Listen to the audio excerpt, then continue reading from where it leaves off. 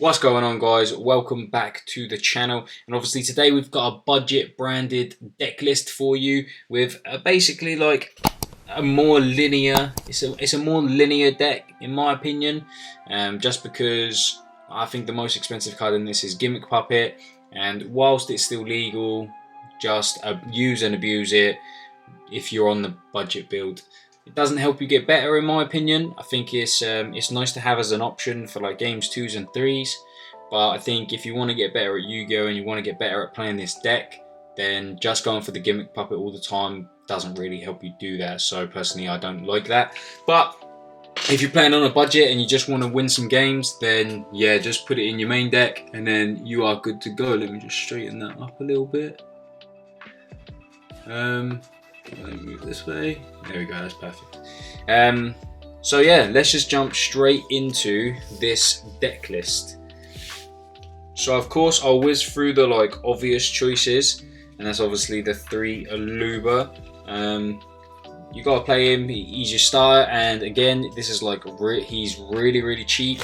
You can get him for like $2 each on TCG Player, which is really not much. So $6 for 3 cards is an absolute steal. Then of course we've got Despian Tragedy and Adlib of Despia. So these cards, again, these are very cheap cards. This is a common. This has had like 3 print-ins now, I think. Two commons and then 1 as an ultra. And again, these are like pennies. This is like 20 cents, like 50 cents for the Adlib. And yeah, really cheap cards to pick up. Then 2 Fallen of Albaz. In this build, I think you only need to play 2 because you don't have Quem, which means that you don't need to keep 1 just in the graveyard just for rotation. Then you can just play the 2, and obviously you don't want to draw it in this build because you don't have access to Cartesias because they have skyrocketed in price as well. And again, you can get these in the structure decks as they're commons, as you can see here. And again, they're just pennies. They're just like a few cents.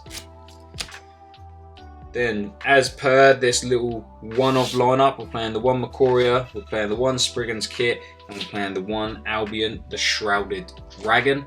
Again, these are from the structure decks, so they were not much. If you want to buy them singly, I think they were like $1–2 when I was checking, for both the Macoria and the Spriggan's Kit. That would be because they're ultras. And then the Albion, again, has had 3 print-ins. It's in the structure deck as well, so you can get it for like 10 cents. So again, really cheap. And then for our light target, because obviously Lubellion is expensive, Cartesia is expensive, Quems are like $30. I'm just playing 1 Incredible Ecclesia the Virtuous. So if you draw this, then you can use it as like a special summon, go in second, and then you contribute it for use its effect, to summon Fallen of Albaz from the deck. So it does have other utility in the deck, but mostly this is just your light target for if you want to go the Albion play. So yeah, just 1 card, 1 Ecclesia. And again, she has had like 3 print-ins now, 2 secret print-ins and then this print-in, so she was only a few dollars as well. Then these cards are a little bit more expensive, or well, 2 of them are. So I'm going to play 2 Bestial Magnuma, 1 Bestial Druid's Worm, and 1 Bestial Saronir. So obviously the Magnamuts, they're around like $9–10 each, which is quite a lot, but it's only the 2, so I think that is very worth it. I think just these 2 alone are worth more than like the rest of the cards that I've just shown. The Druid's Worm was around $6, and the Saronir was around $2. Like, they're really not that bad. It is about, what, say close to $25 for these 4 cards. But again, I think if you're playing this, you want to have more forms of interruption on your opponent's turn, and then they can also help you kill just because they're just absolutely massive bodies. And then Magnuma also adds you a card that I think in the budget build you really need to play, just because it just gives you, it just raises the ceiling of it for being a budget deck, and I'll show you that to you now. And that card would be Keeper of Dragon Magic. So I think that in this build you need to play this, because then you can play the little Predaplant engine, and I think that is the ideal way to play this if you're on a budget. It's perfect. It's an easy way to set up at least one interaction with just a keeper. You can get, with keeper, you can make a Dragostapelia, and you can get branded fusion, which is very, very good in my opinion. So there will be a combo video to show you stuff like that. And yeah, you gotta play Keeper of Dragon Magic if you're playing the budget build. And again, it's so cheap. It's a common in the structure deck, and you can get it for like a few pennies. Then, as mentioned, we're playing the one Darlington Cobra. This was around like a few dollars. Again, not really that much, but you just need to play one.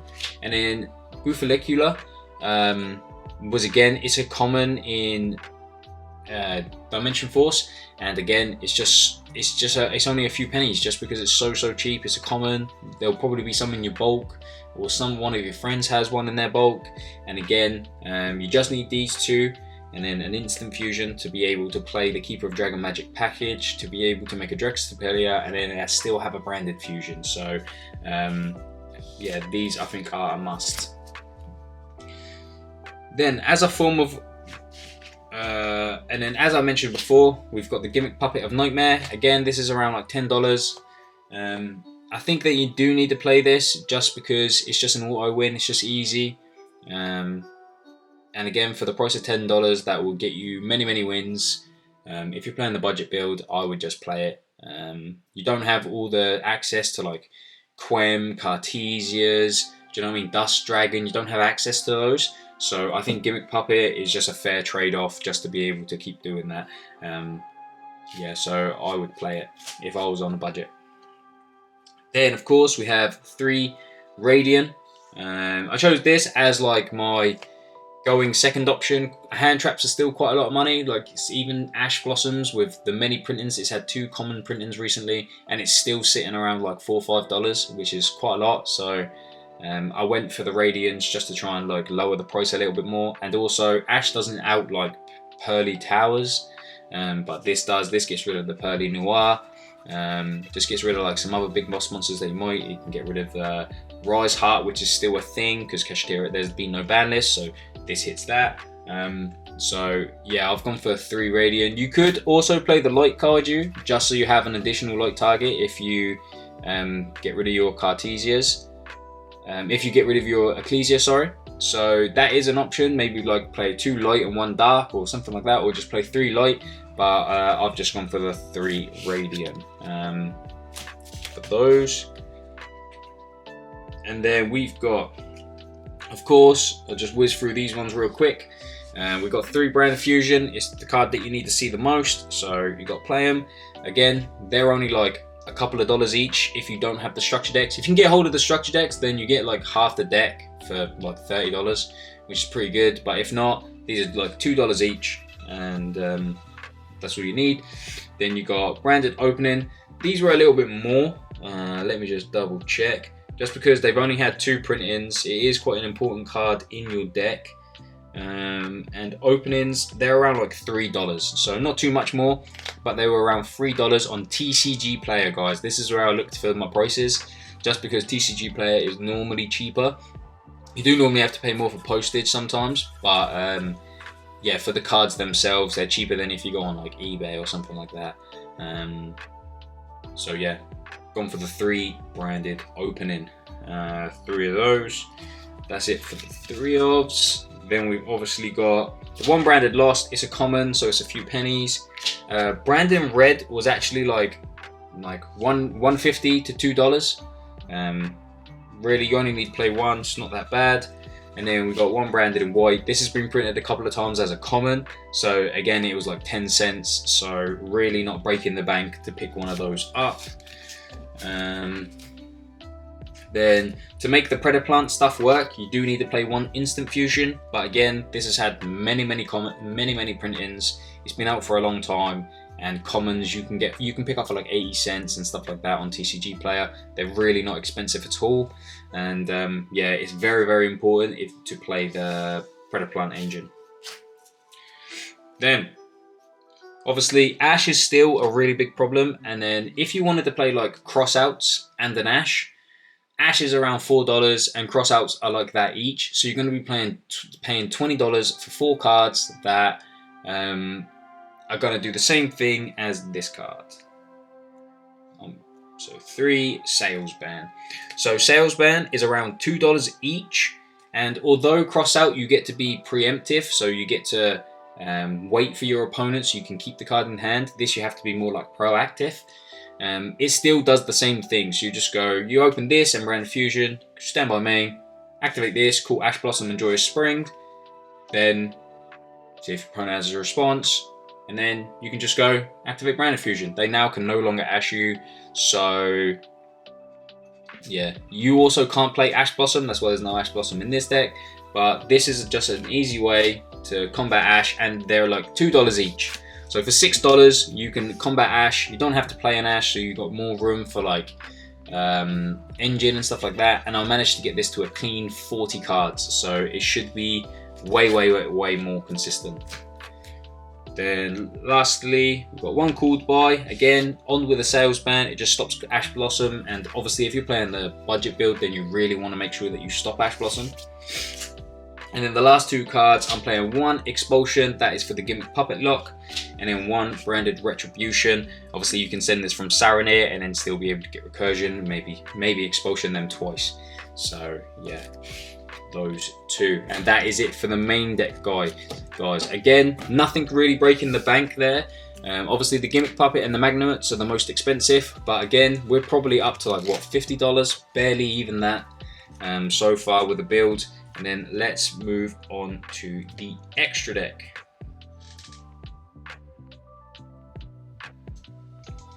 So starting things off, you've obviously got 2 Mirror Jade. Obviously you need to play this as a boss monster. It was in the structure deck, so it should be fairly easy for you to get. And if not, because it was obviously an ultra, it was again just a couple of dollars. It wasn't too much at all, like $2 for these, so that's $4 for the both. So really not too bad. Then I am choosing to play 2 Lubellion, obviously because you don't have things like Cartesia and Quem that can like help you reuse your resources. Then Lubellion can help you shuffle back those resources. So we have gone back to the 2 as well, considering you can't play Dust Dragon because Cartesias are so expensive, and you can't. So there's no point playing things like Lulu or Lilith. Then you've got room to play Lubellion, the Searing Dragon. So again, they're like, because it's an ultra, they're like $2 each. Then we're playing Albion, the Branded Dragon. What's actually funny is, although these are the ultras, the secrets are actually cheaper because they were in the mega tins, so it was more like easily to pull as well, because obviously you're going to pull this more than like Pot of Prosperity and stuff. So yeah, so 2 Albions, again they were like 40 pence each, not too much at all for the secrets. Again, you need to play at least 2, in my opinion, or in most decks now, you have to play at least 2, just because this is what you want to send, because also it gets you your follow-up play. So 2 of those Albions. Then there's quite a lot of one-offs for the like the Albaz stuff. So, oh, I dropped it. Bear with. So we play 1 Rindbrum. Rindbrum can just be a good interruption if you want to make it. So obviously we play the Macoria, we play the kit that you can use. So it can be a good form of interruption that way if you want to hard make it. We play 1 Titaniclad, the Ash Dragon. Again, I just always like to play this just because you can make it quite big. If you're smart and you send Albion to the grave, you can shuffle back like an Albion and then another 8, and then this will gain, because Albion becomes Albaz in the graveyard. Albion the Shrouded, the main monsters are, not this one. Yeah. Yeah, if you send back that and another monster with 2500 more attack, so another fusion, it gains 16. So you can make this now become 4100 attack, which is obviously very good. You can get it a little bit higher because like Chimera is a level 9, so you can play around with it, stuff like that. But yeah. Then we've got Albalanatus. The reason why I'm playing this is because, again, it's another good thing to send off Albion, the branded dragon, off Mirror Jade rather than the Albion to get you resources, because this can add you your branded fusion, and this can actually add you instant fusion, so that's pretty good. And then also Lubellion can shuffle back all of your dragons, so you like your Bestials, your Albaz fusions, and then make this, and then you've also got back your resources, and then this can attack like a few times, so that's pretty good. Got one sprint. This is just an easy way. This is just another good thing to send, and you can summon your Spriggan's kit if you're like in a bit of a mix. It can also, obviously, if you've got Albaz in your grave and you've got Rindsbrom in your grave, then this is just a good super poly target. So it's a nice to have as a little one-off, considering that you could mix it with something else if you really wanted to. Then we're playing one Masquerade and one Quaratus. So Quaratus. So Masquerade is just a nice one to have. Like, you play Despias, so I don't see why you wouldn't play it, and it is really good to help push the game. If you can't quite kill your opponent on your turn, make one of these as well, and then it just puts them on a time. And then Quaratus is just really good against things like Link decks, XZ decks. It's just a bit of a nuisance to out it, and if they do out it, then you're going to summon Albaz and Super Poly with their stuff. So that's those. And then for the Predaplant stuff, you obviously need to play the one Predaplant Ambuliadis. Oh, butchered that name. And then one Predaplant Dragostapelia. Yeah, really important to play these. This is just so good. This if you use instant fusion on its own, it gets you on summon. This will add you the scale, the Bufalicular. Will add you that, and then you contribute this to summon Cobra, and Cobra will get you a branded fusion. So this is like what, a +2 on its own. So yeah, very good. And Dragostapelia is obviously just a good form of interaction. And then the last two cards in the deck is one Millennium Ozra Stick. This used to be really expensive, but now it's like $2 because of this map printed in. So that's why I felt like it's a pretty good one to have. And again, all of those cards that I showed, they're all like pennies. Rindsbrom is like $4 or something like that. It's not really very expensive. $7. So this is $7. But the rest are really, really cheap, guys. They're not much at all. And then lastly, one Guardian Chimera. So Chimera now has been reprinted in like Maze of Memories, was it? So again, it's really not that expensive. It is $7 as well. So yeah, I think just playing the one for $7 is really worth it. And I will put on the screen the total of the prices of how much the deck actually cost, or it'll be on the thumbnail or something like that. But yeah, so that's my budget deck list, guys. Let me know what you think. I think personally, this is like a good start off. There might be a few things that you want to change. You might want to put maybe a few more hand traps in. Maybe you don't want to buy the Bestials, so you want to cut those out. Or let me put the man that's gonna make this deck. Yeah, so you might want to add a few things. Maybe you do have enough. Maybe you picked up Cartesia when they were 20. I would try to pick up a Quem now, because I think the Quems are quite, I don't know what they're like they're quite easy to get a hold of at the moment, because obviously it's a new release, and I think they'll go up because obviously it's not going to get a print in again for a while. So I would try to pick one up now, and it just raises the ceiling of the deck so massively. But yeah, that's it for my budget deck, guys. There will be a combo video coming soon. I'm going to record that literally as soon as I finish this. But yeah, let me know what you think down in the comment section down below. What would you play? What is a budget deck to you? How much is a budget deck to you?